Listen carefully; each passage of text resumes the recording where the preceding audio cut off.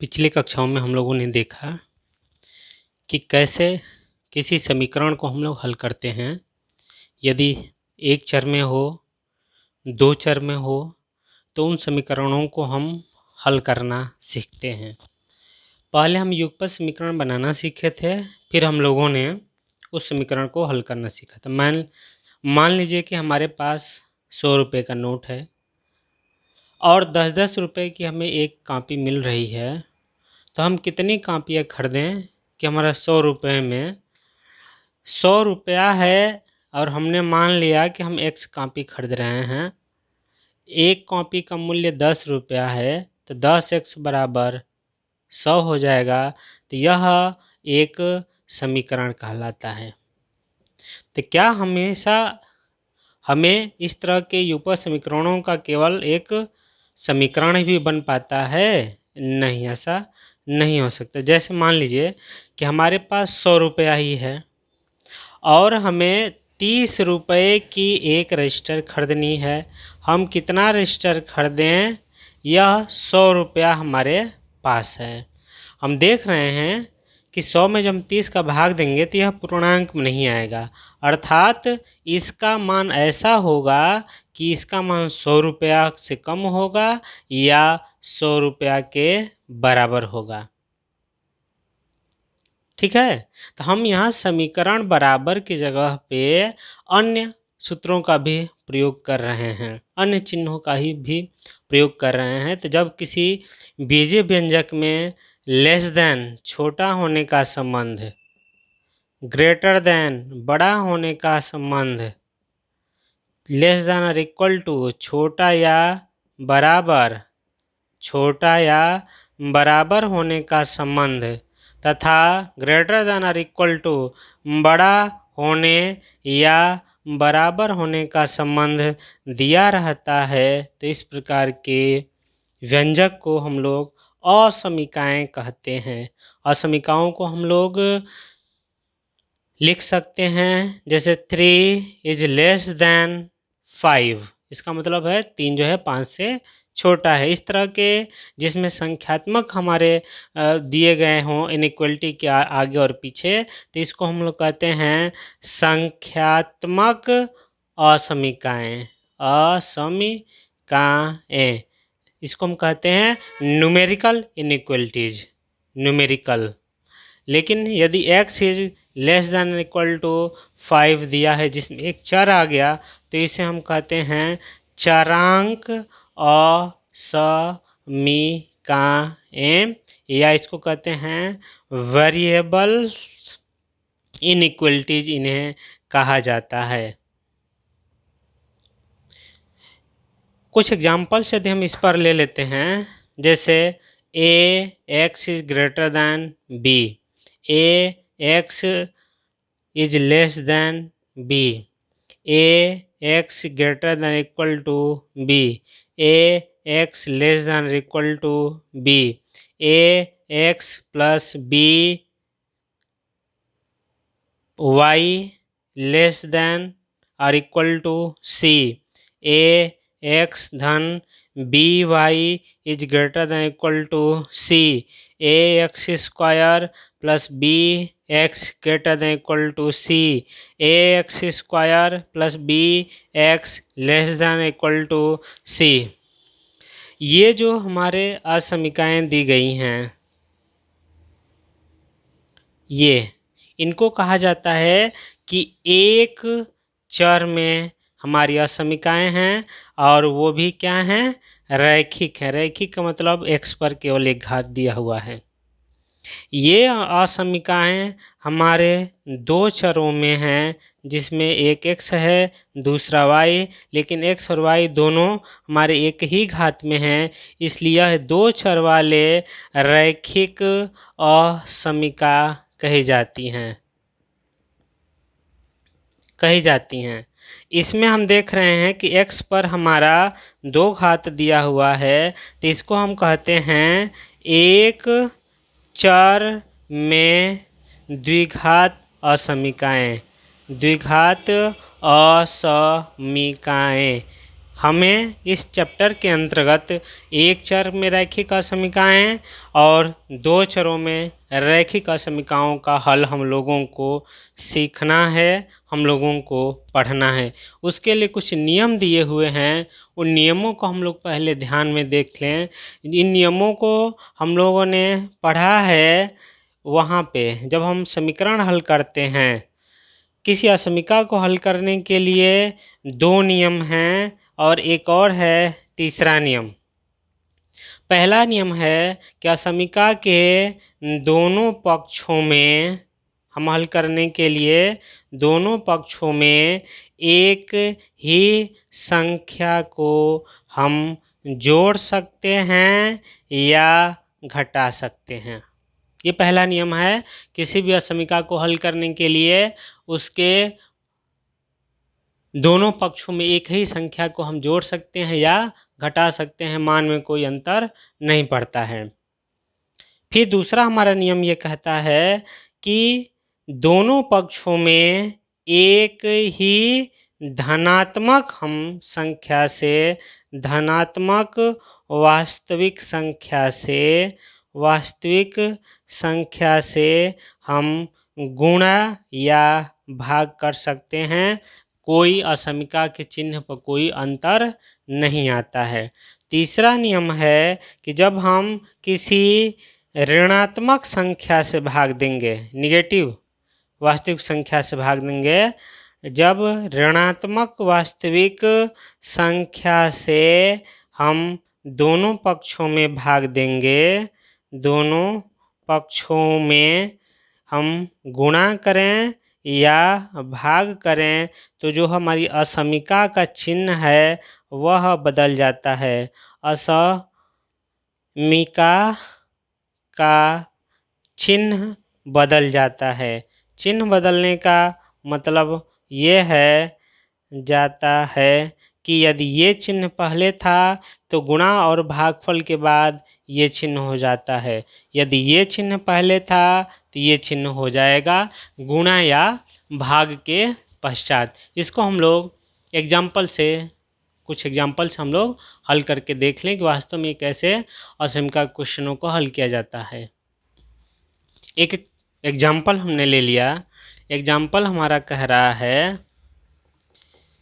कि यदि 30x is less then 200 हो तो हमें इसका हल ज्ञात करना है। इसको हल करना है, जबकि एक दो कंडीशन हम लगा देते हैं कि x एक प्राकृतिक संख्या है। पहला हमने ये कंडीशन लगा दिया। दूसरा x एक पूर्णांक है और तीसरा x एक वास्तविक संख्या है। हम इसको हल करने का प्रयास करें, सॉल्यूशन निकाल दें। 30x इज लेस देन 200 दिया हुआ है। x का मान निकालना है तो 30 का जो गुणा है हम 30 से दोनों पक्षों में भाग करेंगे, तो 30 से दोनों पक्षों में हम भाग देंगे। हमने कहा था कि यदि पॉजिटिव संख्या से भाग देंगे तो यह 30x/30 होगा, यह 200/30 होगा। जब पॉजिटिव संख्या से भाग देंगे तो इनइक्वलिटी हमारी नहीं बदलेगी, ऐसे ही कैसी होगी, तो x इज लेस देन हो जाएगा 20/3, अर्थात x इज लेस देन हो जाएगा 6 सही 2/3, अर्थात 6 सही 2/3 से छोटी। अब उत्तर हम देखते हैं। यदि हमारा x प्राकृतिक संख्या हो, जब हमारा x प्राकृतिक संख्याएं हो तो 6 से छोटी हमें प्राकृतिक संख्याएं लेनी हैं। 6 से छोटी प्राकृतिक संख्याएं 1, 2, 3, 4 और 5 तथा 6 सही 2/3 से छोटी प्राकृतिक संख्या 1 से लेकर के 6 तक होंगी। दूसरा, यदि x एक पूर्णांक है तो पूर्णांक का मतलब है कि 6 सही 2/3 से छोटा पूर्णांक। 6 सही 2/3 से छोटा पूर्णांक 6 होगा, 5 होगा, 4 होगा, 3 होगा, 2 होगा, 1 होगा, 0 होगा, -1 होगा, -2 होगा। ये निगेटिव पूरी पूरी संख्याएं होंगी, 0 और 1 से लेकर के 6 तक होगा। यदि x हमारा एक वास्तविक संख्या है, जब हम x हमारा वास्तविक संख्या है, इसका मतलब x इज लेस देन 6/2/3। यह हमने एक तरीका से उत्तर को लिख दिया। दूसरे तरीके से इसको इंटरवल के रूप में लिख सकते हैं कि इससे छोटी का मतलब यह माइनस अनंत से शुरू होगा और 6/2/3 से पहले ख़त्म होगा, अर्थात 6/2/3 उसमें नहीं शामिल होगा, तो वहाँ भी हमने ओपन इंटरवल निकाल दिया है। और तीसरा, इसे हम संख्या रेखा पर भी प्रदर्शित कर सकते हैं कि यह हमारा 6 है, ये हमारा 7 है, तो बीच में कहीं हमारा 6/2/3 होगा। तो यहाँ से शुरू करके हमें माइनस इन्फानाइट तक के बीच के लाइन को हमें डार्क कर देना है। यहाँ पर चूँकि ओपन है तो यहाँ हम गोला नहीं बनाएंगे, यहाँ से यहाँ तक इसका हल हो जाएगा। तो हल को हम लोगों ने 3 तरीके से दिखा दिया, एक न्यूमेरिकल वैल्यू के रूप में, एक इंटरवल के रूप में, इंटरवल का मतलब हो गया कि हमारा उस रूप में, ठीक है, और तीसरा एक संख्या रेखा के रूप में हम इस क्वेश्चन को हल करके दिखा दिए हैं। एक और एग्जांपल हम लोग ले लेते हैं। एक और एग्जांपल हमने ले लिया, 5 - 2x/3 less than equal to x/6 -5। हमने क्या किया, इसको हम इधर ला देंगे तो यह होगा 5 - 2x/3 माइनस में हो जाएगा x/6, या ऐसे करें, इसी को यहीं पर हम लघुत्तम ले लें। यहाँ पर हम लघुत्तम लेंगे तो यहाँ लघुत्तम होगा 6, इसको हम ऐसे लिख दें तो यह हो जाएगा 6, तो x - 30। अब हमें क्या करना है, इस 6 को गायब करना है। 6 को गायब करने के लिए हम दोनों पक्षों में 6 का गुणा कर, चूँकि यह भाग है तो हम 6 से दोनों पक्षों में भाग देंगे। हमने कहा था पॉजिटिव संख्या से भाग देंगे तो कोई अंतर नहीं पड़ा, सॉरी, हम भाग नहीं देंगे, भाग के रूप में तो है ही है, हम यहाँ 6 से गुणा करेंगे। हमने 6 से गुणा किया, जब हम 6 से यहाँ गुणा करेंगे तो यह ऐसे हो जाएगा, और जब यहाँ गुणा करेंगे तो यह ऐसे हो जाएगा। यहाँ 6 से 6 ख़त्म होगा, यहाँ 2 से गुणा हो जाएगा, तो 10 - 4x इज लेस देन और इक्वल टू x - 30। x 2 जगह है, यहाँ भी है, यहाँ भी है, तो दोनों x को हम एक साथ कर लें। हम इसको x इधर करने के लिए इस पक्ष में हमें x को घटाना पड़ेगा, माने हम दोनों पक्षों में x को घटा रहे हैं। जब x को दोनों पक्षों में घटाएंगे तो यहाँ देखो क्या हो जाएगा, 10 - 4x - x is less than equal to x - 30 -x। तो ये दोनों x और x ख़त्म हो जाएगा, ये हो जाएगा 10 - 5x is less than equal to -30। अभी 10 को गायब कर देना है क्योंकि हमें x का मान निकालना है। यह 10 प्लस में है तो 10 हम दोनों पक्षों में घटा दें। फिर हम क्या करें, 10 को दोनों पक्षों में से घटाने पर यदि हम घटाते हैं तो 10 - 5x - 10 less than equal to -30 -10। ये 10 ख़त्म होगा तो यह हो जाएगा -5x लेस देन और इक्वल टू -40। अर्थात इसको हम ऐसे लिख सकते हैं कि -5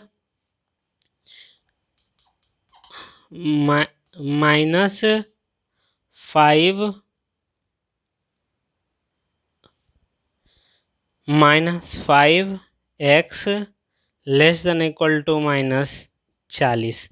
अब -5 से यदि हम गुणांक भाग दे देते हैं -5 से तो x का मान निकल जाएगा, तो हम -5 से भाग देंगे दोनों पक्षों में। हमने कहा था कि यदि हम -5 से यहाँ भाग दें -5 और -40 में भी यदि हम -5 से भाग दें तो यहाँ आ जाएगा केवल x, यहाँ आ जाएगा केवल 8। हमने कहा था जब माइनस से भाग देते हैं तो ये बीच वाली इनइक्वलिटी बदल जाती है, अर्थात पलट जाएगी।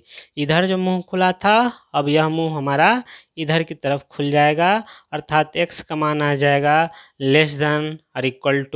<= 8।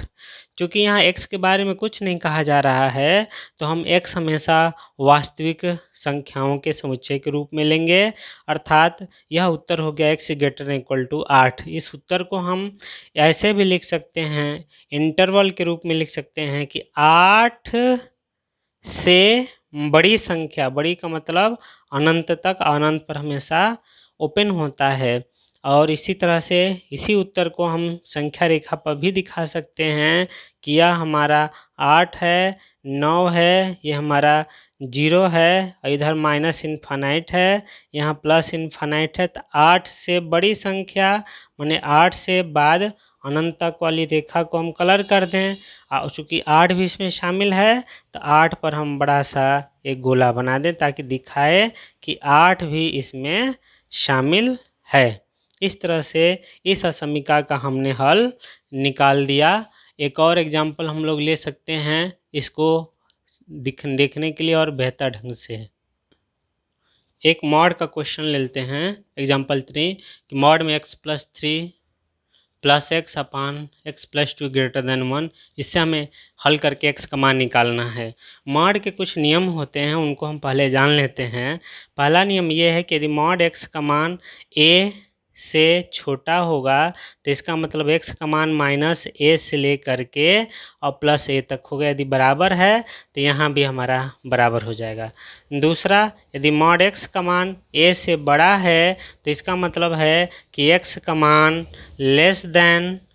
मान यदि ये बड़ा है तो x का मान -a से छोटा होगा या x का मान a से बड़ा होगा। यदि ये बराबर है तो यहाँ भी हमारा बराबर मिल जाए। तीसरा हमारा ये कहता है कि यदि तीसरा प्रमेय हमारा ये कहता है कि यदि मॉड में x - a का मान r के बराबर हो, इसका मतलब है कि a - r होता है x, होता है a + r। ये कुछ नियम हैं, इन नियमों के आधार पर हम मॉड के क्वेश्चन हल कर सकते हैं।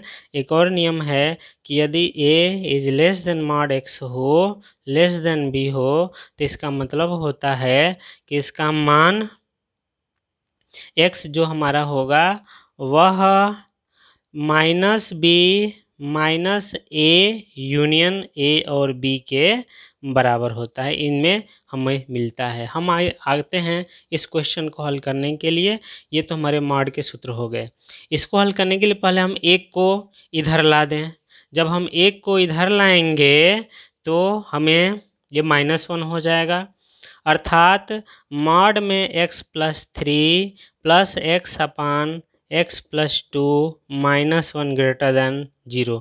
हम लघुत्तम यदि हम ले लेते हैं x+2, जब हम x+2 को लघुत्तम लेंगे तो यहाँ आ जाएगा मॉड में x+3 + x - -2, अर्थात इसको जब हम हल करेंगे तो मॉड में x+3 - 2 अपान x+2 यह > 0 हो जाएगा। ठीक है। अब चूँकि मॉड है तो इस पर हम कंडीशन अप्लाई करेंगे। पहला हमने मान लिया कि जो मॉड के अंदर वाली चीज़ है वह धनात्मक है, > 0। इसका मतलब मॉड x+3 का जो मान होगा वह x+3 के बराबर होगा। हम इस समीकरण 1 में यदि हम मॉड वाला वैल्यू पुट करें तो x+3 - 2 अपान x+2 > 0। इसका मतलब ये हुआ कि इसको यदि हम हल करें तो यह मिलेगा x+1 अपान x+2 > 0। दो संख्याएं हैं और दोनों का भागफल पॉजिटिव मिल रहा है, इसका मतलब या तो दोनों पॉजिटिव होंगे या तो दोनों निगेटिव होंगे। तो इस पर हम दो कंडीशन अप्लाई करेंगे।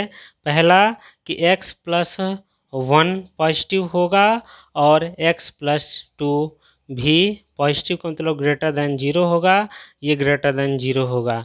इसका मतलब है कि x ग्रेटर देन -1 होगा और x greater than equal to -2 होगा। -1 से बड़ा और -2 से बड़ा, इन दोनों को यदि हमें मिला देते हैं, ठीक है, एक तो ये हो गया -1 से बड़ा और -2 से बड़ा, -1 से बड़ा -2 से बड़ा दोनों को मिलाएंगे तो यह हो जाएगा -1 से बड़ा। ठीक, ये हो गया। ऐसे समझ लें, यह -1 है, यह -2 है, यह प्लस एक कह रहा है कि x का मान -1 से बड़ा होगा तो इधर इतना हो गया, और दूसरा का x का मान -2 से बड़ा होगा, दूसरा ये हो गया। तो इन दोनों में कॉमन क्या है कि x ग्रेटर देन -2, अर्थात x हमारा है -2 से अनंत तक। इसका दूसरा हिस्सा हम लेंगे कब, जब ये हमारा दोनों निगेटिव हो, अर्थात x + 1 लेस देन 0 होगा और x + 2 भी हमारा लेस देन 0 होगा। तो x का मान -1 से छोटा होगा और x का मान -2 से छोटा होगा। x का मान -1 से छोटा हुआ, x का मान -2 से छोटा हुआ, इसका मतलब है कि x का मान -2 से छोटा होगा। ठीक है, ये उल्टा हमने लिख दिया था, ये -2 यहाँ होगा, -1 यहाँ होगा, तो इसमें -1 आ जाएगा, अर्थात यह -1 से इन्फानाइट होगा और यह हो जाएगा हमारा -∞ से -2 होगा। इन दोनों को यदि हम मिलाएं, एक तो हमारा ये था, ठीक है, एक हमारा ये था, एक हमारा ये है, तीनों के यदि हम मिलाते हैं, अर्थात जो हमारा हल होगा, वह जो हल होगा, जो x का मान होगा, x का जो मान होगा वह -3 से बड़ा, अर्थात x का मान -3 से बड़ा होगा, -3 से इन्फानाइट, ये हमने ले लिया, इसका इंटरसेक्शन लेंगे इन दोनों के यूनियन पर, अर्थात -1 से इन्फानाइट यूनियन -∞ से -2। इन दोनों को यदि हम तोड़ देते हैं तो x का जो मान होगा वह -3 से इन्फानाइट इंटरसेक्शन -1 से इन्फानाइट के बीच होगा, और यूनियन के रूप में एक बार और लिख लेते हैं,